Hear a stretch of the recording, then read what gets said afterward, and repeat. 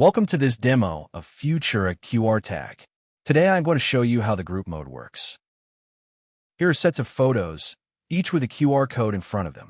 Some photographers need to reorganize images, so they're grouped by series, with each series starting with a QR code. Therefore, after processing, there will be as many subfolders as there are photo series. Additionally, it may also be useful to write the QR code content as metadata into the images so it can be reused later. Okay, when you start Futura QR Tag, you can choose between two very different workflows. You can use split mode, where the app separates the QR codes from the images, or group mode, where the app groups together the images from the same set, preceded by a QR code. Let's click on group mode.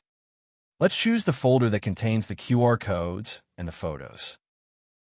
Then, choose the folder where the images grouped by series defined by the detected QR codes will be reorganized.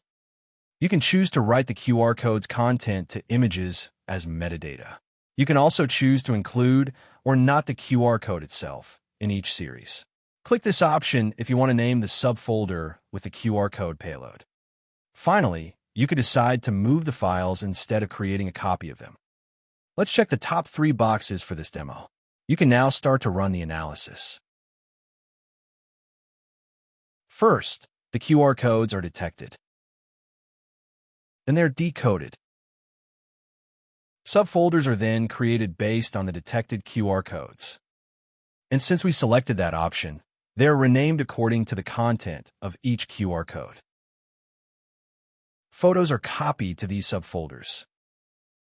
The photo metadata is updated to include the QR code content for each item in the set, since we also selected this option. We're almost done. Okay, that's it. We can now look at the results. In the destination folder, subfolders have been created, one for each QR code detected and renamed.